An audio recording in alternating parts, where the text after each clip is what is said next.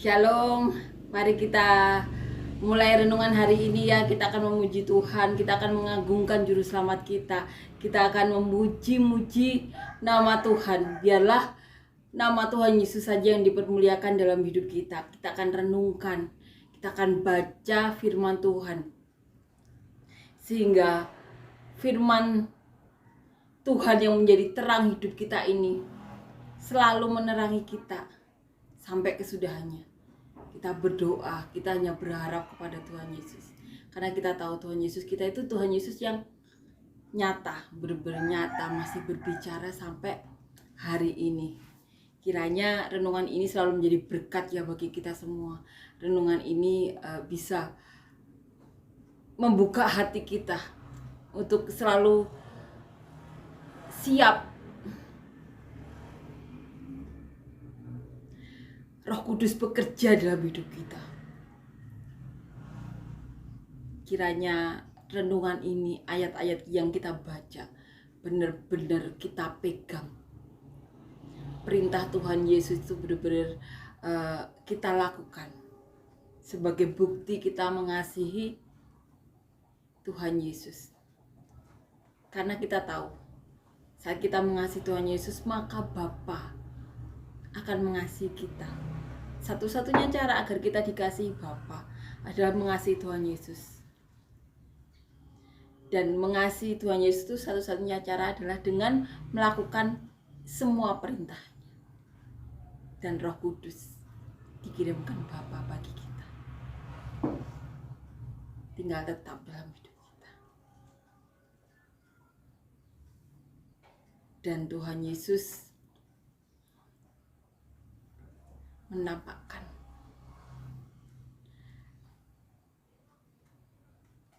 kepada kita ya, kepada keluarga kita, dan kita dipakai untuk menjadi saluran berkat bagi Tuhan Yesus selama kita hidup di dunia ini. Amin ya, amin. Kita imani itu, kita tahu caranya, kita tahu jalannya adalah Tuhan Yesus. Mari kita lakukan. Kita tahu firman Tuhan yang merupakan pelita bagi kita ini benar-benar memberitahu kita jalannya, yaitu Tuhan Yesus. Amin ya. Amin. Kita akan nyanyikan lagu yang pertama. Ku datang ya Bapa dalam kerinduan, memandang keindahan-Mu. Ku berikan segalanya, semuanya yang ada. Ku ingin menyenangkan hati-Mu, oh Tuhan. Jadikan aku indah yang Kau pandang mulia, seturut karya-Mu di dalam hidupku. Ajarku berharap hanya kepadamu, taat dan setia kepadamu Tuhan. Amin ya. Amin. Kita akan melanjutkan ya, merenungkan dan membaca ayat firman Tuhan. Kita akan baca di Yohanes pasal ke-15 ayat 18 sampai 27. Judul perikopnya dunia membenci Yesus dan murid-muridnya. Kita akan baca. Jikalau dunia membenci kamu, ingatlah bahwa ia telah lebih dahulu membenci aku daripada kamu. Sekiranya kamu dari dunia, tentulah dunia mengasihi kamu sebagai miliknya. Tetapi karena kamu bukan dari dunia, melainkan aku telah memilih kamu dari dunia. Sebab itulah dunia membenci kamu. Ingatlah apa yang telah kukatakan kepadamu. Seorang hamba tidaklah lebih tinggi daripada tuannya. Jikalau mereka telah menganiaya aku, mereka juga akan menganiaya kamu. Jikalau mereka telah menuruti firman-Ku, mereka juga akan menuruti perkataanmu. Tetapi semuanya itu akan mereka lakukan terhadap kamu karena namaku. Sebab mereka tidak mengenal Dia yang telah mengutus aku. Sekiranya aku tidak datang dan tidak berkata-kata kepada mereka, mereka tentu tidak berdosa. Tetapi sekarang mereka tidak mempunyai dahli bagi dosa mereka. Barang siapa membenci aku, ia membenci juga Bapa-Ku. Sekiranya aku tidak melakukan pekerjaan di tengah-tengah mereka seperti yang tidak pernah dilakukan orang lain, mereka tentu tidak berdosa. Tetapi sekarang walaupun mereka telah melihat semuanya itu, namun mereka membenci baik aku maupun Bapa-Ku. Tetapi firman yang ada tertulis dalam kitab Taurat mereka harus digenapi. Mereka membenci aku tanpa alasan. Jikalau penghibur yang akan kuutus dari Bapa datang, yaitu roh kebenaran yang keluar dari Bapa, ia akan bersaksi tentang aku. Tetapi kamu juga harus bersaksi, karena kamu dari semula bersama-sama dengan aku. Amin. Judul perikop, dunia membenci Yesus dan murid-muridnya. Kita diingatkan Tuhan, apabila dunia membenci kita, ingat bahwa dunia telah terlebih dahulu membenci Tuhan Yesus. Jangan kaget. Apa yang dialami Tuhan Yesus, dialami kita, jangan kaget. Tapi ingat satu perkataan Tuhan Yesus ini. Jikalau dunia membenci Tuhan Yesus, maka ia juga membenci Bapa-Ku. Kalau kita benar-benar mengasihi Tuhan Yesus, karena dengan mengasihi Tuhan Yesus kita berarti sudah melakukan semua perintahnya. Apabila kita dibenci, jangan kaget. Karena kita tahu, berarti mereka juga membenci Bapa. Membenci Tuhan Yesus, pemilik dunia ini. Jangan kaget. Kalau kita dianiaya, Tuhan Yesus terlebih dahulu mengalaminya. Kita akan membaca dan merenungkan ya. Dari perikop awal. Jikalau dunia membenci kamu, ingatlah bahwa ia telah lebih dahulu membenci aku daripada kamu. Tuhan Yesus sudah ingatkan. Sekiranya kamu dari dunia, tentulah dunia mengasihi kamu sebagai miliknya. Ini yang dikatakan Tuhan Yesus.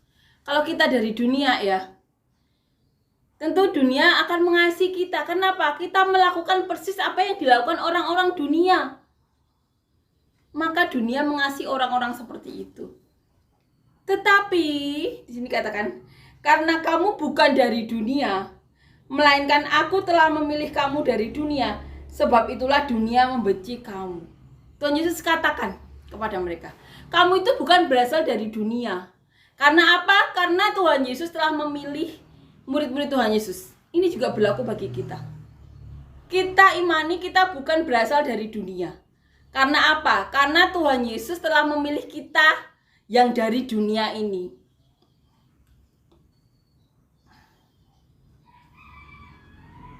Kita imani itu. Seperti murid-murid yang telah mendengar sendiri dari mulut Tuhan Yesus. Dan ini kita baca. Firman yang berkuasa ini berlaku juga bagi kita. Kita imani itu. Dunia membenci kita karena kita tidak berasal dari dunia. Kenapa kita tidak berasal dari dunia? Karena Tuhan telah memilih kita.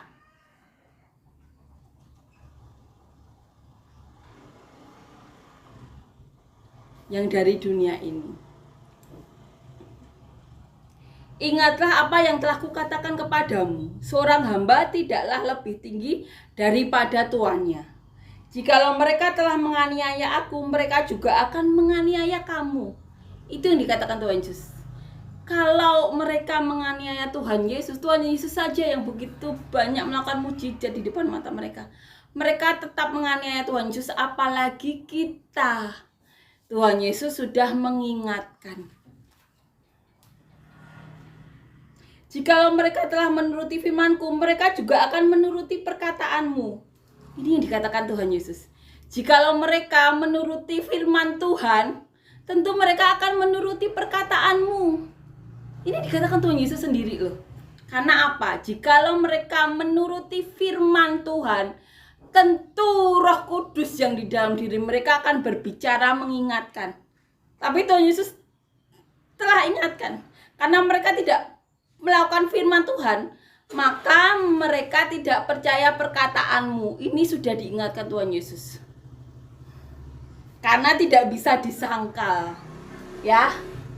Ini sudah diingatkan oleh Tuhan Yesus. Tetapi semuanya itu akan mereka lakukan terhadap kamu karena namaku, sebab mereka tidak mengenal Dia yang telah mengutus aku. Ini diingatkan Tuhan Yesus. Karena apa? Karena mereka tidak mengenal Tuhan Yesus. Roh Kudus tidak berbicara.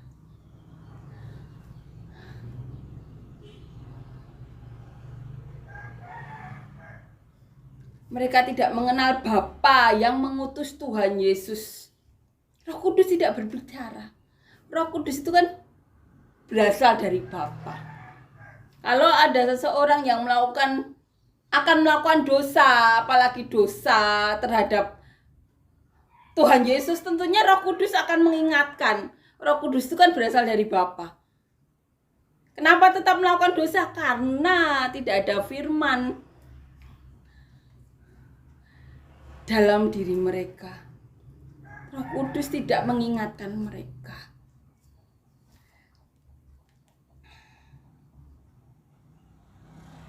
Sekiranya aku tidak datang dan tidak berkata-kata kepada mereka, mereka tentu tidak berdosa.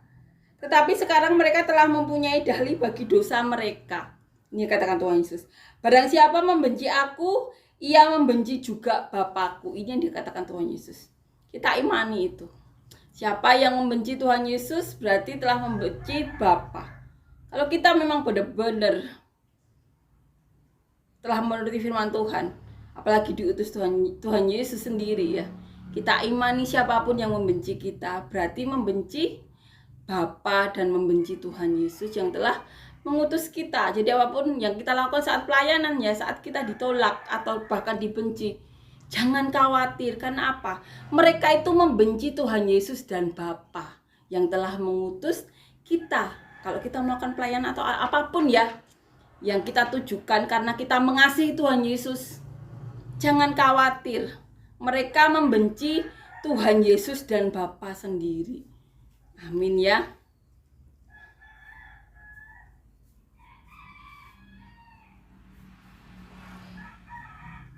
Tetapi firman yang ada tertulis dalam kitab Taurat mereka harus digenapi. Mereka membenci aku tanpa alasan. Ini yang dikatakan Tuhan Yesus. Mereka membenci Tuhan Yesus tanpa alasan. Sekali lagi, apabila kita dibenci di dunia ini, jangan kaget. Tuhan Yesus mengalaminya. Dan sebagai pengingat bagi kita, apabila kita sudah melakukan perintah Tuhan Yesus ya, kita mengasihi Tuhan Yesus, jangan khawatir. Siapapun yang membenci kita berarti membenci Tuhan Yesus dan Bapa. Sebagai pengingat kita, jangan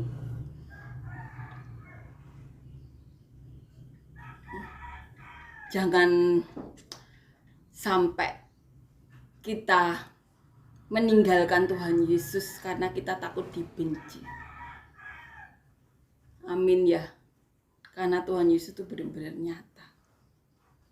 Karena kalau mereka membenci kita, berarti mereka membenci Tuhan Yesus dan Bapa yang telah mengutus kita di dunia ini. Kita imani itu. Jikalau penghibur yang akan kuutus dari Bapa datang, yaitu roh kebenaran yang keluar dari Bapa, ia akan bersaksi tentang aku. Ini yang dikatakan Tuhan Yesus. Jikalau penghibur yang akan kuutus dari Bapa datang, yaitu roh kebenaran yang keluar dari Bapa. Ini dikatakan yang keluar dari Bapa. Roh Kudus itu berarti bagian dari Bapa sendiri, yang keluar dari Bapa, yaitu roh kebenaran. Ia akan bersaksi tentang aku. Ini jadi ya, saat ada orang-orang yang ada roh Bapa, roh Kudus, roh kebenaran, apabila ketemu dengan orang yang dikehendaki Bapa, roh kebenaran itu bersaksi. Dan saya mengalaminya, dan banyak orang yang mengalaminya juga. Kiranya lebih banyak lagi ya, saudara-saudara juga mengalaminya nanti. Kita imani itu ya. Kita menjadi saksi-saksi Tuhan Yesus. Kita imani itu. Tetapi kamu juga harus bersaksi, karena kamu dari semula bersama-sama dengan aku. Roh Kudus yang keluar dari Bapa itu ada dalam diri kita, dan Roh Kudus itu akan bersaksi. Tapi kita juga harus bersaksi. Ini yang dikatakan Tuhan Yesus. Karena kamu dari semula bersama-sama dengan aku. Roh Kudus akan bersaksi. Tapi kita juga harus bersaksi untuk kemuliaan Tuhan. Dan biarlah nama Tuhan yang dipermuliakan, agar dunia tahu bahwa juru selamat itu benar-benar ada. Tuhan Yesus itu benar-benar nyata, masih berbicara. Dan kita berharap ya, semakin banyak orang yang bersaksi, mendengar suara Tuhan Yesus sendiri, disembuhkan secara ajaib, mendapatkan pertolongan, bahkan menjadi saluran berkat bagi banyak orang. Kita selalu berdoa dan berharap ya, hal yang baik, hal yang luar biasa, mujizat-mujizat terjadi, mujizat-mujizat yang luar biasa masih terjadi sampai kesudahannya. Kita selalu berharap dan berdoa. Dan itu terjadi apabila roh kebenaran, Roh Kudus hinggap di banyak orang di dalam diri kita. Gimana caranya? Dengan mengasihi Tuhan Yesus. Gimana caranya mengasihi Tuhan Yesus? Dengan melakukan perintahnya. Apabila kita benar-benar, kan Tuhan tahu ya, sampai kedalaman hati manusia. Dan apabila kita benar-benar mengasihi Tuhan Yesus, Bapa akan mengasihi kita.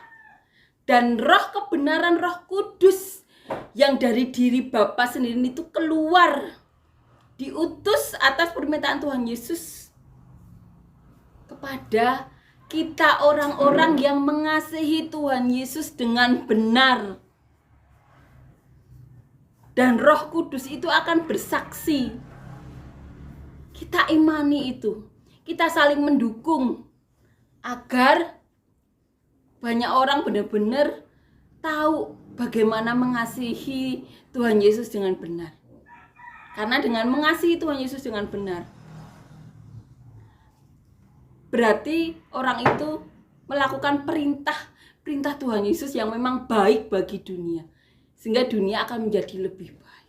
Sehingga Roh Kudus hinggap di diri banyak orang. Sehingga banyak orang yang menjadi saluran berkat. Kita selalu berdoa dan berharap ya itu terjadi. Amin ya. Amin. Kita akan nyanyikan lagu yang kedua.